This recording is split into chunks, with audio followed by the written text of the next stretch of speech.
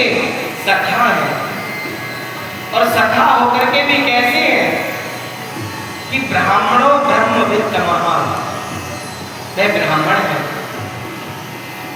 और शुद्ध ब्राह्मण वृत्ति से अपने घर का निर्वाह करते हैं।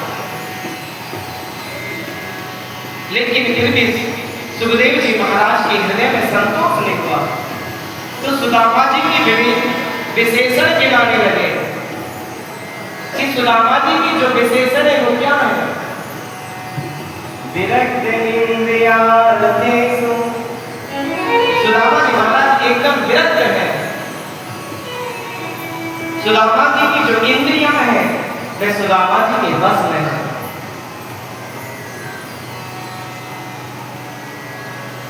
सुदामा जी निरंतर भगवान के मंत्र का जाप करते हैं।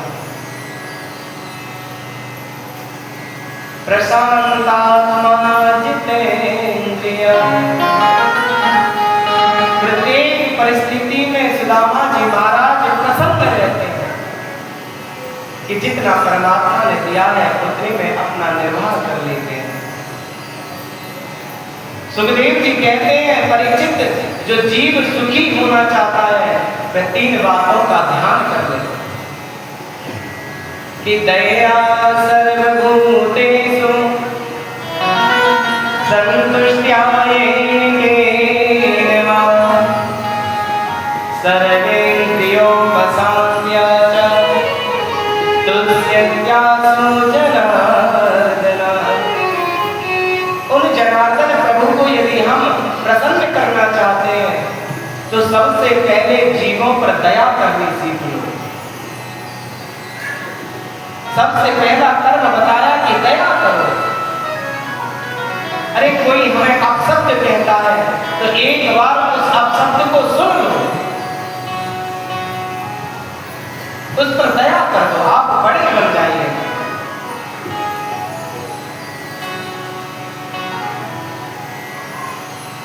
संतुष्टिया येन वा, जितना भी परमात्मा ने तुम्हें दिया है उतने में संतुष्ट रहना सीख लो।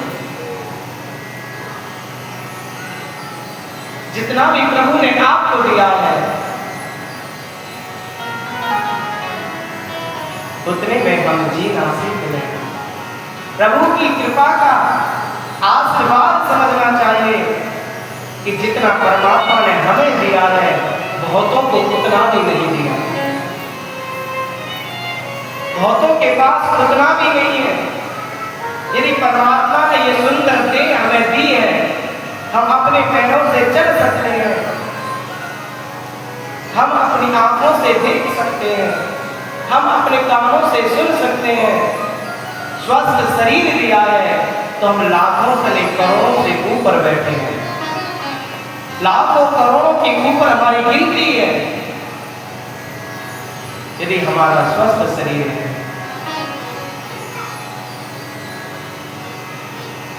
और इन 3 बातों का यदि आपने अच्छे से पालन कर लिया तो वो जनार्दन प्रभु बहुत जल्दी प्रसन्न हो जाते हैं। सुदामा जी महाराज प्रत्येक परिस्थिति में प्रसन्न रहते हैं। सुदामा जी की जो पत्नी है उनका नाम सुशीला देवी है। सरल स्वभाव के सुदामा जी महाराज और उनके ही स्वभाव जैसी उनकी धर्म पत्नी है श्री सुशीला जी। जीवन कितना निर्मल है। घर में 9 पुत्र लेकिन खाने के लिए कुछ नहीं। यदि सुबह चूल्हा जल जाए तो जो भी भोजन सामग्री बनती उसको लेकर के ठाकुर जी के आगे निवेदित कर देते हैं। कहते कन्हैया, जो भी आज तुमने हमें दिया है आप उसी को स्वीकार कर दीजिए। सुदामा जी महाराज किसी के घर पर कभी भी मांगने नहीं गए, लेकिन हम लोग सुदामा जी का ही विडंबना बना बैठे हैं। हम लोग कहते सुदामा जी बहुत गरीब थे, बंधु सुदामा जी गरीब नहीं थे। सुदामा जी कर्मकांडी थे, प्राणों के पिता थे, ब्रह्म को जानने वाले थे, पर लेकिन कभी भी वो किसी के द्वार पर नहीं थे, कभी किसी से कुछ मांगा नहीं, जीवन पर्यंत नहीं मांगा। लेकिन उनकी पत्नी के मन में बात बनी रहती है कि भगवान कब तक हमारा इस तरीके से गुजारा चलेगा। सुदामा जी कहते हैं, अरे बाबरी, भगवान ने हमारे ऊपर बहुत कृपा की। यदि भगवान हमें कुछ धन दे देते तो हम धन के अभिमान में मानग्रस्त हो जाते, अभिमानी बन जाते। लेकिन मेरी कन्हैया ने बहुत बड़ी कृपा की है कि हमें धन नहीं दिया,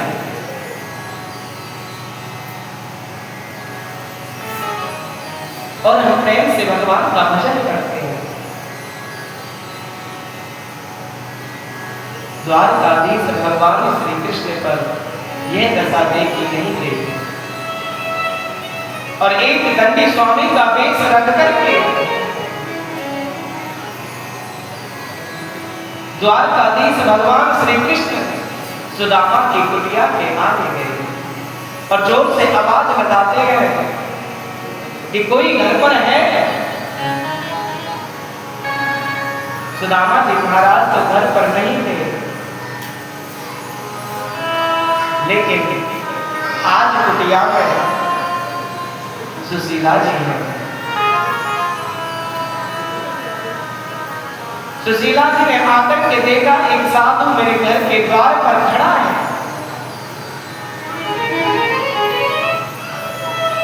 लेकिन जब मैं अपने घर की ओर दृष्टि डालती हूँ तो आज इस साधु को देने के लिए कुछ भी नहीं।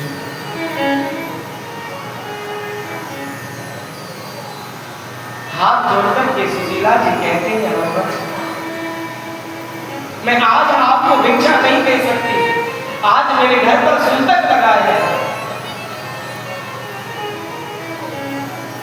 लेकिन अंतर्यामी भगवान सब कुछ जानते हैं। मैं सुशीला जी से कहते हैं, देवी तुम्हें नहीं पता कि तुम्हारे पति के जो मित्र हैं वे द्वारकाधीश भगवान श्री कृष्ण हैं। एक बार आप अपने पति को द्वारका तो भेजिए, अपने मित्र से मिलने के लिए तो भेजिए। जब ये बात सुशीला जी ने सुनी, सुनकर के मन प्रसन्न हो गया कि द्वारकाधीश श्री कृष्ण मेरे पति के मित्र हैं।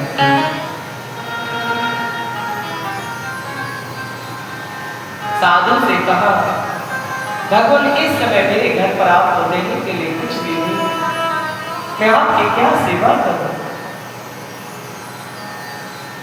मेरे यहाँ दरिद्रता रूपी सूतक हर समय लगा रहता है, ये दरिद्रता मेरे घर से जाती नहीं।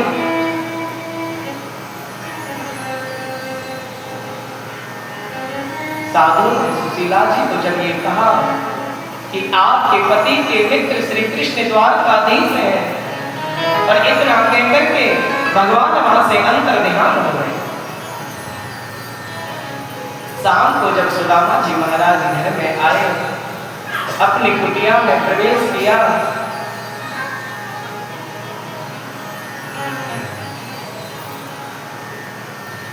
और सुशीला जी कहती हैं, भगवान मुझे आज किसी संत के द्वारा यह ज्ञान हुआ, यह बात पता लगी कि आपके जो मित्र हैं वो द्वारकाधीश श्री कृष्ण हैं। जब सुदामा जी ने कृष्ण नाम सुना, मन के हृदय में निहोरे उठने लगे और कहने लगी, अरे बाबरी, वो मेरा मित्र ही नहीं, वो मेरा सखा है, वो मेरा अभिन्न हृदय है। आज तुझने मेरे बचपन के मित्र की याद दिला दी। सुदामा जी की आंखों में प्रेम के आंसू बहने लगे। देवी, जो मेरा मित्र श्री कृष्ण है,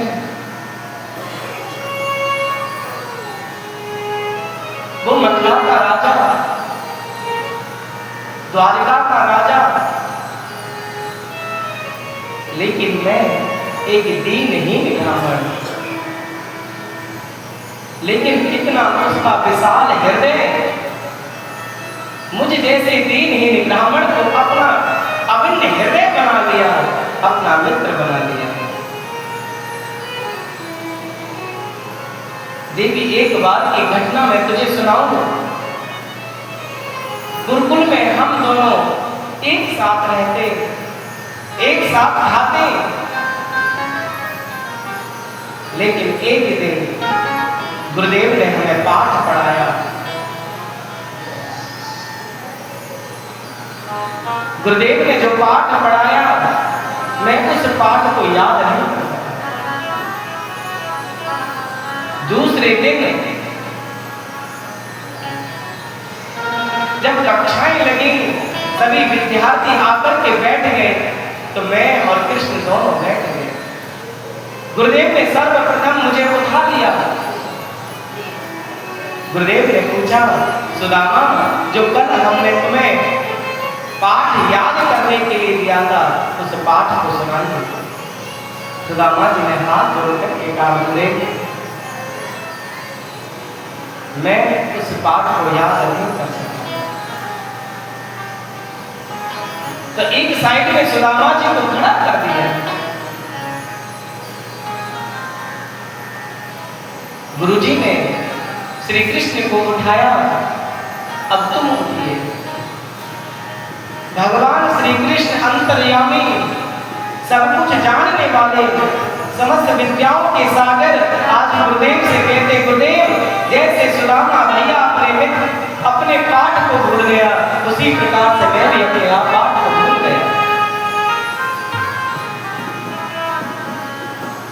सुदामा जी कहते हैं, वो गुरुकुल के दिन मुझे याद आते हैं। देखिए बंधुओं, जब बचपन का मित्र बुढ़ापे में भी मिलता है, तो आनंद की नींव खुल जाती है।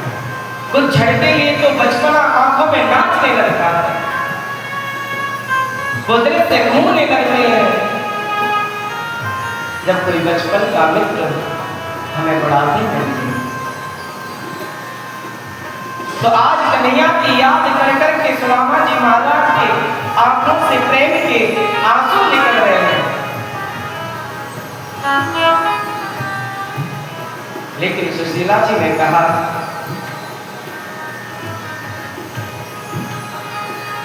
स्वामी, आप एक बार अपने मित्र की इतनी प्रशंसा कर रहे हो, उस मित्र से मिल आइए। आप एक बार उनसे मिलने तो चले जाइए।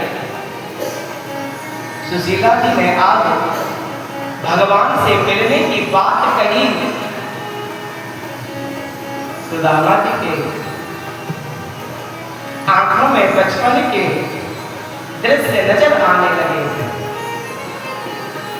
और कहते, देवी, कुछ ऐसे स्थान हैं जहां पर खाली हाथ नहीं जाना, लेकिन हम देखते हैं हमारे घर पर तो कुछ है नहीं। मैं अपने घर की ओर दृष्टि डाल करके देखता हूं कि हमारे घर पर तो कुछ भी नहीं है जो अपने मित्र के लिए ले जाऊं। सुशीला जी कहती है, भगवान, आप इस बात की चिंता मत करिए, मैं अभी आपको कुछ ना कुछ लेकर के आती हूँ, अपने मित्र के लिए वह ले जाइए।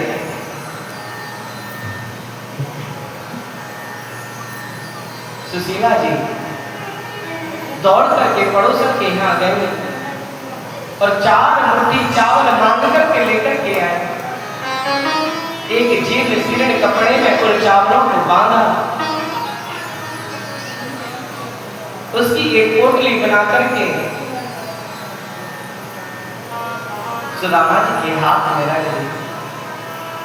या चत्वा चतरो मुष्टि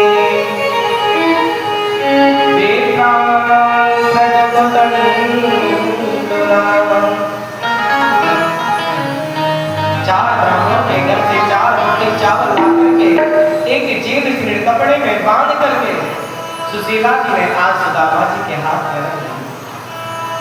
और सुदामा जी महाराज जैसे ही चलने को तैयार हुए तब सुशीला जी ने हाथ जोड़ करके कहा, जब तुम्हें द्वारकाधीश श्री कृष्ण मिलते हैं तो मेरी एक बात उनसे जरूर कह देगा। सुदामा जी कहते हैं, देवी क्या बात है?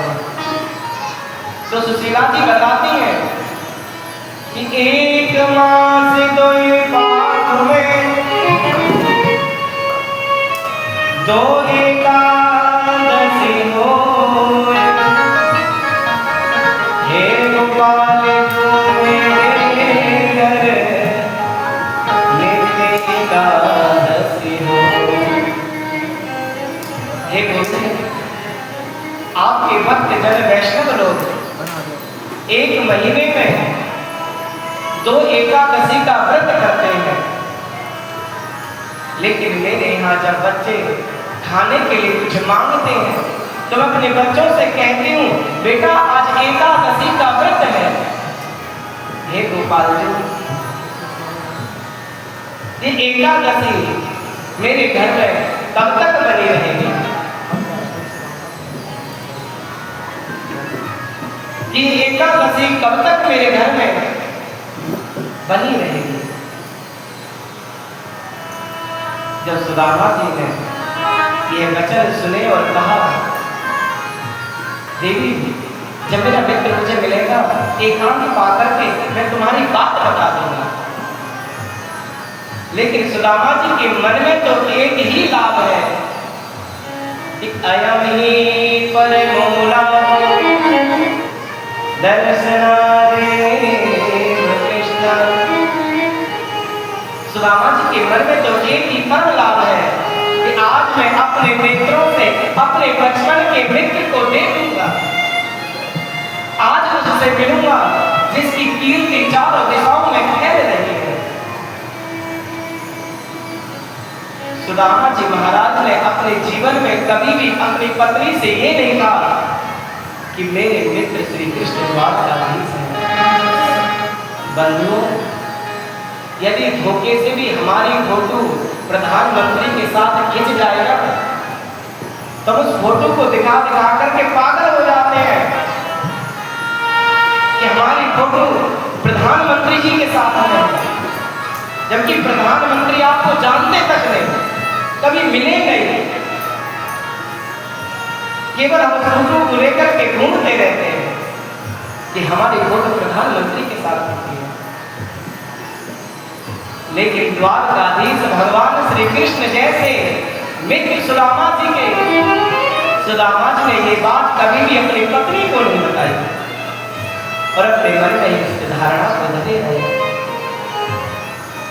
सुदामा जी महाराज चल पड़े, पैरों में कोई पादुका नहीं है, एक धोती को पहन रखा है, उसी धोती को नीचे बांधा, उसी धोती को ऊपर से ओढ़ रखा है। शरीर भी एकदम कृष्णकाय है, वृद्ध, केवल शरीर में हड्डियां दिखाई दे रही है। ऐसे सुदामा जी महाराज द्वारका नगरी की तरफ चल दिए।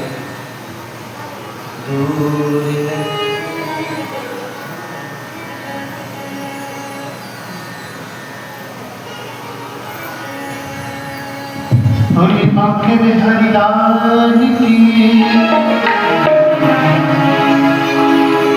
सुख में मुझे प्यारी है, दुख में मुझे प्यारी है, सुख में मुझे प्यारी है, दुख में मुझे प्यारी है।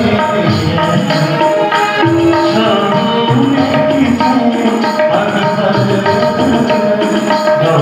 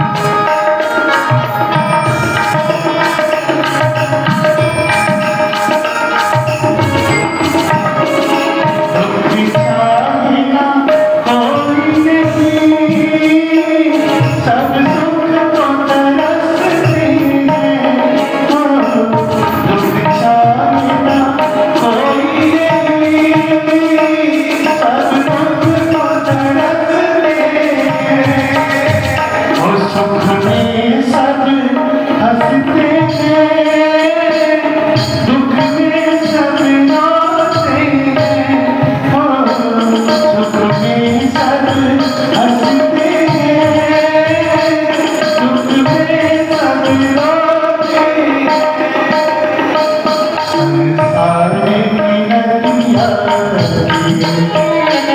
दौड़ो ही किनारे संसार की नदियाँ दौड़ो ही किनारे छोड़ो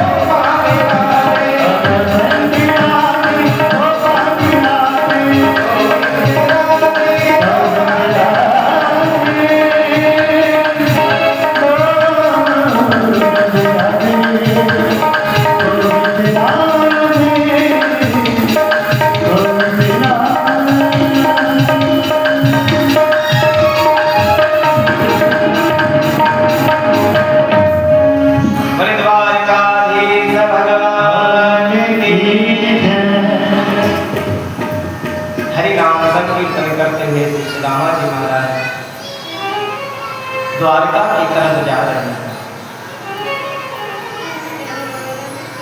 जब जीव भगवान की तरफ चलता है तो भगवान की प्रतिज्ञा है, तो जो जीव भगवान के रास्ते पर चल रहा है तो भगवान जीव जब एक कदम रखता है तो भगवान 60 कदम चल करके अपने उस भक्त को अपनी भुजाओं में पसार करके लेने के लिए दौड़ पड़ते हैं।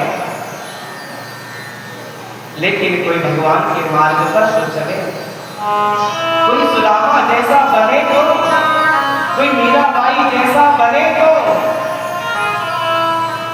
अरे भगवान तो सब कुछ बनने के लिए तैयार है, कोई बनाने वाला तो हो। भगवान सब कुछ बन जाते हैं। अरे भगवान तो तुम्हारी सेवा तक करने के लिए तैयार है। श्री भक्तमाल महापुराण में एक बहुत सुंदर कथा आती है। श्री नाभाजी महाराज ने इस भक्तमाल ग्रंथ की रचना की, उसमें भक्तों का वर्णन किया है, बल्कि अद्भुत ग्रंथ है। कि एक बार नाभाजी महाराज के शिष्य ने, एक नामदेव जी महाराज और एक ज्ञानदेव जी महाराज। नामदेव जी को तो हम सब लोग जानते हैं, जिन्हें नामदेव जी ने कुत्ते के अंदर से भी भगवान को प्रकट कर दिया। तो ऐसे नामदेव जी महाराज के जो गुरुदेव थे वो नाभाजी महाराज हैं। और नाभाजी के जो दूसरे शिष्य थे ज्ञानदेव जी महाराज।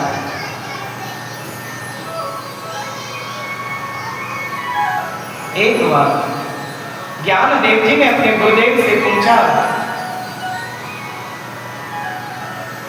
कि गुरुदेव, हम संसार के जीव हैं, हम घर गृहस्थी वाले हैं, परिवार वाले हैं,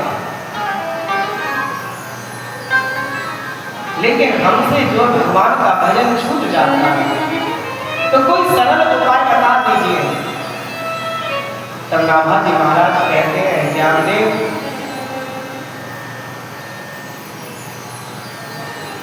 तुम भगवान के भक्तों में श्रद्धा करनी सीख लो, अपने भगवान के भक्तों से प्रेम कीजिए, और तुम भगवान के भक्तों से प्रेम करोगे तो तुम्हें भक्त और भगवान दोनों की प्राप्ति हो जाएगी। ज्ञानदेव, जो भी तुम्हारे घर पर अतिथि पधारे, उस अतिथि को भगवान मान करके उसकी सेवा करो, उसका खूब सत्कार करो। ज्ञानदेव जी महाराज अपने घर पर आए। घर पे दो ही सदस्य, एक ज्ञानदेव जी महाराज, दूसरी उनकी पत्नी। लेकिन दोनों दंपतियों के मन में एक ही दुख था कि उनके कोई संतान नहीं। लेकिन घर पर्याप्त है, धन की कोई कमी नहीं। फिर भी दोनों दंपति प्रसन्न रहते, खुश रहते, अपने जीवन का निर्वाह कर रहे।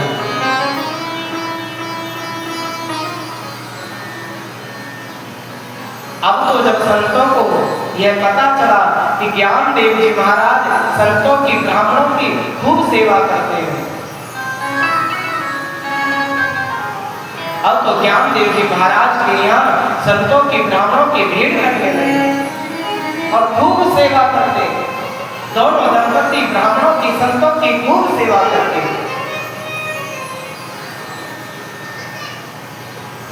समय बीतता गया, क्योंकि यह शरीर पंचभौतिक है। एक ना एक दिन इस शरीर को हम सबने त्यागना है, सबने छोड़कर के जाना है। ज्ञानदेव जी महाराज की पत्नी नित्य इसी प्रकार से संतों की, भक्तों की, ब्राह्मणों की सेवा करते। लेकिन शरीर जर्जरित हो गया, वृद्ध अवस्था आ गई। संतों का आना जाना बना रहा। तो एक दिन रात्रि में अपने पति देव से कहती है, भगवान संतों की सेवा करने में बड़ा आनंद आता है, इन ब्राह्मणों की सेवा करने में बड़ा आनंद आता है, लेकिन क्या करें, अभी शरीर साथ नहीं देता है। अगर आपको कोई उचित सेवक मिल जाए, कोई सेवा करने वाला मिल जाए, तो ऐसे व्यक्ति की खोज कीजिए कि जो हमारे घर में रहकर के साधु संतों की सेवा करे, जो ब्राह्मणों से प्रेम करता है, ऐसा कोई मिल जाए तो आप लेकर के आइए। पति देव ने कहा, देवी इस समय रात्रि है, आप सहन करो, प्रातः काल में आएंगे। जब दंपति भगवान का नाम लेकर के सो गए, प्रातः काल हुई तो सेठ जी घूमने के लिए जाते थे। ज्ञान देव जी महाराज घूमने के लिए निकल पड़े। प्रातः काल में जब वो घूम रहे थे तो भगवान ने क्या लीला रची। भगवान ने देखा कि ज्ञान देव जी के यहाँ संतों की ब्राह्मणों की सेवा होती है, तो क्यों ना ऐसे वैष्णव भक्त के घर में जाकर के मैं संत सेवा करूं, ब्राह्मण सेवा करूं। ठाकुर जी ने लीला करी कि एक छोटे से बच्चे का रूप धारण कर लिया, गंदे सड़े से कपड़े पहन लिए, पैर में पादुका नहीं है, पैरों में कोई चप्पल जूता नहीं है, एक 8 वर्ष के बालक का रूप धारण करके तो जहां पर सेठ जी टहल रहे थे वहीं पर ठाकुर जी भी जा पहुंचे। सेठ जी को देख करके ठाकुर जी ने कहा, सेठ जी जय श्री कृष्णा। ठाकुर जी ने मुड़कर के सेठ जी ने मुड़कर के देखा कि जय श्री कृष्णा बोलने वाला सुबह सुबह कौन है। तो मुड़कर के देखते एक छोटा सा बालक फटे पुराने कपड़े पहने और मैं जय श्री कृष्णा बोल रहा है। तो सेठ जी बोले, भैया जय श्री कृष्णा, अरे तुम सवेरे सवेरे कहाँ टहल रहे हो। तो सेठ जी कहते हैं, भैया क्या बताऊं, मैं किसी नौकर की तलाश में घूम रहा हूं, मुझे एक नौकर की जरूरत है। तो सेठ जी ने मन में विचार किया, क्यों ना मैं किसी बालक से पूछूं। तो सेठ जी ने पूछा, क्या तुम नौकरी करना चाहते हो। तो उस बालक ने कहा, सेठ जी हाँ मैं नौकरी करना चाहता हूं। सेठ जी ने पूछा, तुम्हारा नाम क्या है। तब उस बालक ने सेठ जी को जो नाम बताया, अपना नाम बताया, अंतर्यामी। सेठ जी मुझे अंतर्यामी कहते हैं, मेरा नाम अंतर्यामी है। सेठ जी ने पूछा, भाई हमारे यहाँ जो सेवा होती है वो साधुओं की, ब्राह्मणों की, गौओं की सेवा होती है, तुम करना जानते हो। ठाकुर जी तो सब सत्य कह रहे हैं। ठाकुर जी कहते हैं, हे सेठ जी मेरा तो जीवन के संत ब्राह्मण गौ और पृथ्वी की रक्षा करते करते बीत गया।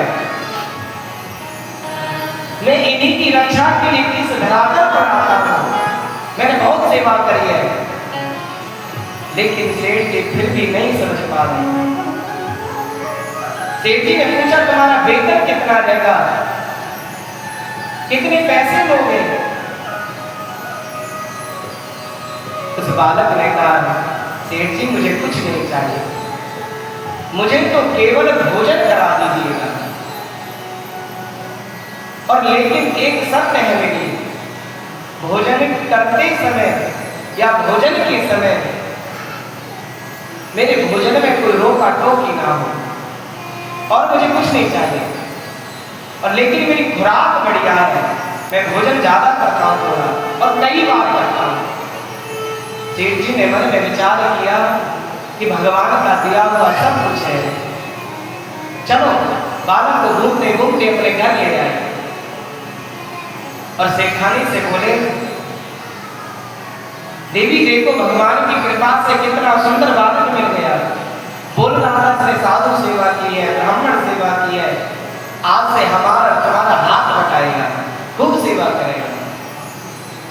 बंधुओं, ज्ञान देव जी महाराज के घर पर ठाकुर जी ने 13 महीने तक सेवा करी और ऐसी सेवा करी कि जो साधु संत मन में विचार करते कि हमें इस वस्तु को चाहिए, तो ठाकुर जी मन के भाव को जान करके उसी वस्तु को ला करके प्रदान कर देते। महात्मा बड़े प्रसन्न उस बच्चे को आशीर्वाद लेकर के जाते कि भैया तुम्हारी लंबी आयु हो, तुम्हारे माता पिता की लंबी आयु हो, तुम कितने अच्छे ढंग से हमारी सेवा करते हो। लेकिन एक दिन सेठानी किसी पड़ोसन के यहाँ गाने बजाने के लिए गई तो सहेलियों ने पूछा, बहन आजकल कुछ ज्यादा कमजोर दिखाई दे रही है, इसका कारण क्या है, तुम कमजोर क्यों हो? तो सेठानी के मुख से निकल गया कि बहन जो हमारे घर पर जो अंतर्यामी नाम का बालक है, सेवा तो खूब करता है, खूब संतों की सेवा करता है, ब्राह्मणों की सेवा करता है, लेकिन बहन खाता बहुत है। अरे एक दिन में 8-8, 10-10 बार रोटी खाता है, मैं उसी को रोटी बना करके परेशान हूं, और तो कुछ भी नहीं है, बाकी सब बढ़िया है, बहुत अच्छा बालक है। जब ठाकुर जी ने यह सुना कि मेरी रोटी पर प्रतिबंध है, तो वहां से अंतर ध्यान हो गया। जब सेठानी जी अपने घर पर आई, संध्या का समय हुआ, अंतर्यामी को पुकार रही है, अंतर्यामी कहाँ चले गए, तुम आओ, संतों की भीड़ लग रही है, सेवा क्यों नहीं करते? लेकिन आज अंतर्यामी नहीं आए। घूमते घामते शाम को सेठ जी घर में आए, घर पर हाथ पैर धोकर के सेठ जी भोजन के लिए बैठ गए। सेठ जी जब भोजन के लिए बैठे, कहने लगे, देवी आज अंतर्यामी दिखाई नहीं पड़ता कि कहाँ चला गया, क्योंकि सेठ जी अंतर्यामी से अपने पुत्र के समान प्रेम करते और भोजन भी अपने साथ बिठा करके कराते, नौकरा जैसा व्यवहार नहीं करते, बहुत स्नेह करते अपने अंतर्यामी से। सेठानी बोले, क्या बताऊं भगवान, आज वह अंतर्यामी सुबह से दिखाई नहीं पड़ता, पता नहीं कहाँ चला गया। सेठ जी ने पूछा कि देवी तुमने कुछ कहा तो नहीं उससे? तो सेठानी बोली कि मैंने उससे तो कुछ नहीं कहा, लेकिन उसकी चर्चा पड़ोसन के घर पर जरूर चली और मेरे मुख से इतना निकल गया कि वो खाता बहुत। सेठ जी समझ गए, कहा देवी भगवान का दिया हुआ हमारे घर पर सब कुछ है, ये छोटी छोटी बातें तुमने पड़ोसन के घर पे उसकी चर्चा क्यों चलाई? अरे उसकी शर्त थी कि मेरी रोटी पर, मेरे भोजन पर यदि कोई बात चली तो मैं चला जाऊंगा, तुमने एक छोटी सी बात क्यों कर दी? समझ में देर नहीं लगी और सेठ जी ने अपनी थाली भी आगे से सरका दी। अब मैं भी भोजन नहीं करूंगा, जब तक मेरा अंतर्यामी नहीं आएगा तब तक मैं भोजन नहीं ग्रहण करूंगा। अब तो जो पति नहीं भोजन करे तो पत्नी कहां से करती? दोनों दंपति बैठ गए और अपने अंतर्यामी को याद करते हैं। दोनों की आंखों से अश्रु प्रवाह हो रहे हैं। कहते हैं ना कि किसी से मेरी मंजिल का पता पाया नहीं जाता, किसी से मेरी मंजिल का पता पाया नहीं जाता।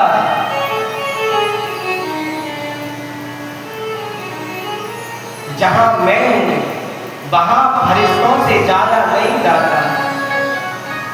कुछ दीन मकसूद होते हैं जो हर साज पर गाया नहीं जाता।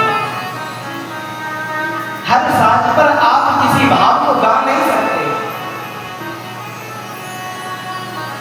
ये प्रेम का संगम है। प्रेम की वेदना को प्रेमी ही जानता है। अब तो दोनों दंपति अंतर्यामी को याद कर रहे हैं। अब तो ठाकुर जी ने भी प्रकट होकर के सेठ जी को दिव्य दर्शन दिए और कहा, सेठ जी मैं ही तुम्हारा अंतर्यामी हूं। भगवान को जब दोनों दंपतियों ने देखा तो चरणों में गिर गए और भगवान से प्रार्थना करने लगे, प्रभु आपने हमारे यहाँ रहकर के 13 वर्ष तक नौकरी की, हमने नौकर जैसा व्यवहार आपके साथ किया, हमारे अपराध को क्षमा कर दीजिए। भगवान कहते हैं, सेठ जी मैं तुमसे नाराज नहीं हूं, प्रसन्न हूं। मैं तो चाहता हूं कोई मुझे सेवक बनाने वाला हो, मैं सेवक भी बन जाता हूं। कोई बनाने वाला ना हो, मैं अपने सेवक के लिए सब कुछ करने के लिए तैयार हूं। मैं अपने भक्त का पतन नहीं होने देता। मैं अपने भक्त की प्रतिपल रक्षा करता हूं।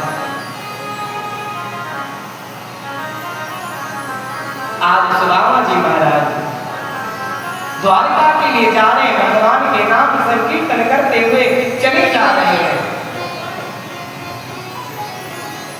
द्वारका का रास्ता सुगम हो गया, सरल हो गया। सुदामा जी महाराज के पैरों में फफोले पड़ गए, बीमारियां फट गई। कृष्ण का शरीर और जैसे द्वारका में प्रवेश किया है सुदामा जी ने, बड़े बड़े महलों को देख करके चौंक गए। इतने बड़े महल, इतनी ऊंची ऊंची अटारियां। सुदामा जी को एक दिव्य महल दिखाई पड़ा। बहुत सुंदर महल है। उस महल के दरवाजे पर 2 द्वारपाल खड़े हैं और जैसे सुदामा जी महाराज ने उस द्वार में प्रवेश करना चाहा, द्वारपालों ने रोक दिया।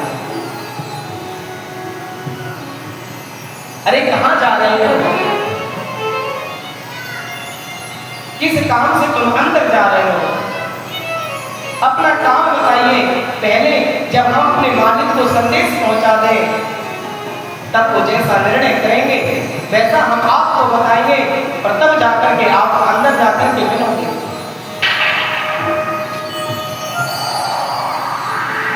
भगवान के द्वारपालों ने पूछा, भैया तुम्हारा नाम क्या है?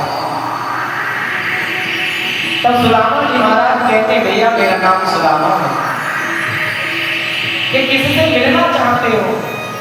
कि मैं अपने बचपन के मित्र श्री कृष्ण से मिलना चाहता हूं। पहली बार उस द्वारपाल ने कृष्ण नाम सुना और सुदामा जी कहते हैं, मेरा बचपन का मित्र है, हम उसको प्यार से कन्हैया कहते हैं, हम कन्हैया से मिलना चाहते हैं। तो मैं द्वारपाल कहता है, भगवान क्षमा कीजिए, जिस नाम को तुम पुकार रहे हो ना, वो नाम इस तरीके से नहीं दिया जाता। उस नाम के आगे बहुत बड़े विशेषण लग गए, उस नाम के आगे विशेषण लगे हुए हैं। अब तो कन्हैया नहीं रहे, अब वो यहाँ के मालिक है, वो राजा है, सर्वेश्वर है। उनका नाम इस तरीके से नहीं दिया जाता। सुदामा जी हाथ जोड़कर के कहते, भैया तो मेरी भावना को तो समझ गया होगा, तो केवल अपने मालिक से यह जाकर के कह देना कि आपके बचपन का मित्र सुदामा आया है और आपसे मिलना चाहता है। भैया तो इतनी सी बात जरूर कह देना। उस सेवक ने मन में विचार किया, अरे बड़े बड़े ब्रह्मादि देवताओं को मैंने आते हुए देखा, लेकिन ये कैसा मित्र है जो द्वारकाधीश श्री कृष्ण को अपना मित्र बना रहा है।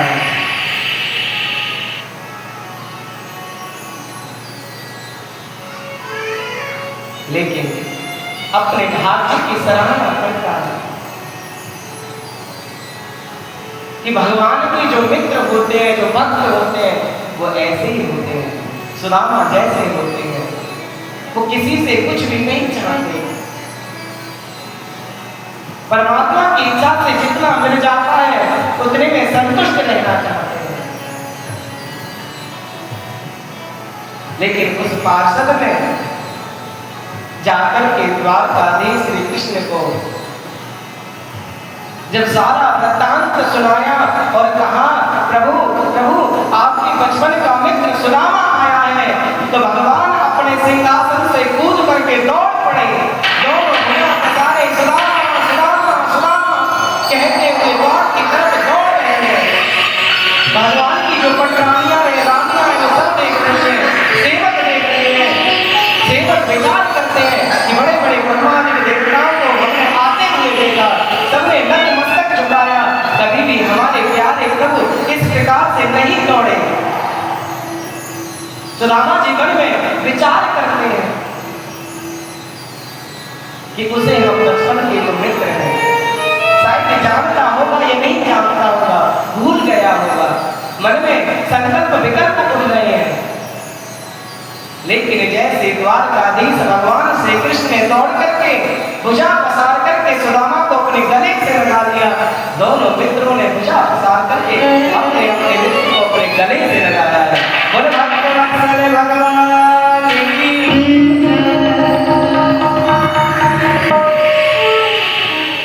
सुदामा जी ने भगवान श्री कृष्ण को अपने गले से लगाया और भगवान द्वारकाधीश ने सुदामा को अपने गले से लगाया और कहा, मित्र चलो चलो अंदर चलो, बाहर क्यों खड़े हो। सुदामा जी का हाथ पकड़ करके द्वारकाधीश भगवान श्री कृष्ण अपने निज कक्षा में लेकर के आए, अपने निज कक्ष में लाकर के सिंहासन पर बिठाया और कहते, मित्र आज तुम बहुत दिनों के बाद आए, लेकिन सुदामा जी का शरीर एकदम कृष्ण है, शरीर में एक एक हड्डी दिखाई दे रही है। तो अपनी पटरानियों की तरफ देखते हैं, देवी तुम यहाँ खड़ी खड़ी क्या कर रही हो, तुम दौड़ करके जाओ और आज जल लेकर के आओ। मैं आज ऐसी विभूति मेरे घर पर आई है जिसके चरणों को धोकर के मैं कृतार्थ हो जाऊंगा। मैं अपने मित्र के चरण के जल को अपने मस्तक पर धारण करना चाहता हूं।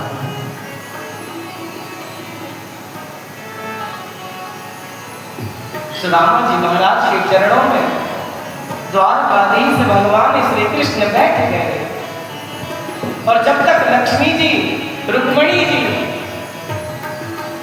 जल का पात्र लेकर के आती तब तक ठाकुर जी की आंखों से मित्र के पैर में जो कांटे चुभे हुए थे, बड़े बड़े धोने पड़े हुए थे, उनको देख करके आंखों से आंसुओं की गंगा यमुना की धारा बह चली।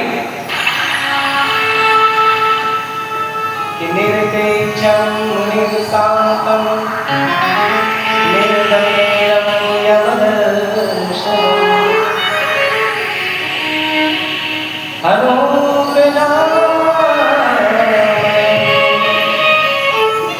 नित्यं पूयेरते। भगवान कहते हैं कोई मेरे सुदामा जैसा बने तो सही। जब तक रुक्मणी जी जल का पात्र लेकर के आती तब तक भगवान श्री कृष्ण ने अपने मित्र सुदामा के चरण अपनी आंखों के आंसुओं से धो डाले, एकदम निर्मल कर दिए। चरण को धोकर के चरण उधर अपने ऊपर छिड़का। मन में विचार करते हैं, मित्र सुदामा, आज तुमने मेरा कुल पावन कर दिया, आज मुझे तुमने पवित्र कर दिया। कोई सुदामा जैसा निरपेक्ष तो हो,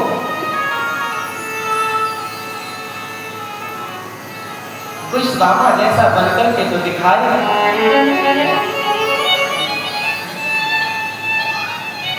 आज सुदामा जी महाराज के चरण को द्वारकाधीश भगवान श्री कृष्ण ने धोया है। उस जल को लेकर के रुक्मिणी से कहा, देवी इस पाद प्रक्षालन का जो जल है पूरी द्वारका में छिड़कवा दो, पूरी द्वारका पवित्र हो जाएगी। भगवान तो भक्त के लिए सब कुछ करने के लिए तैयार है,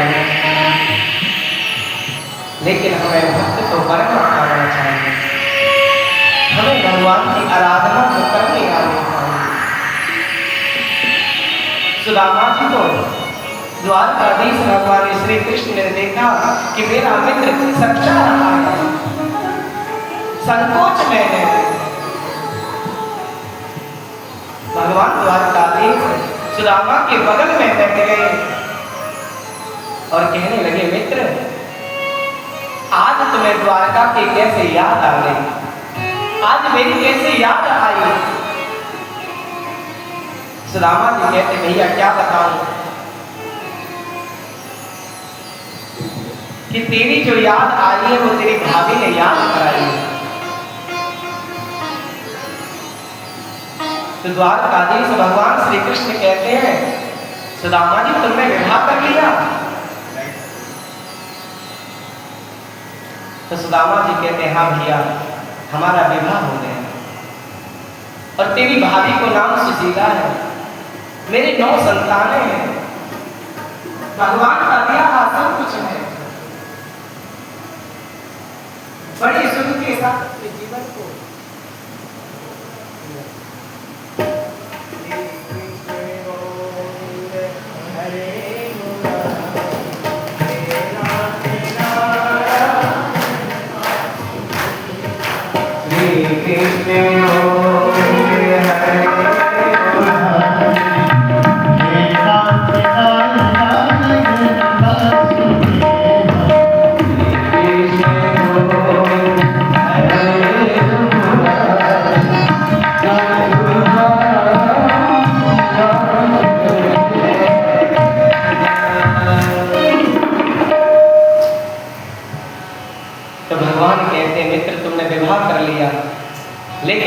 अपने विवाह में हमें नहीं बुलाया।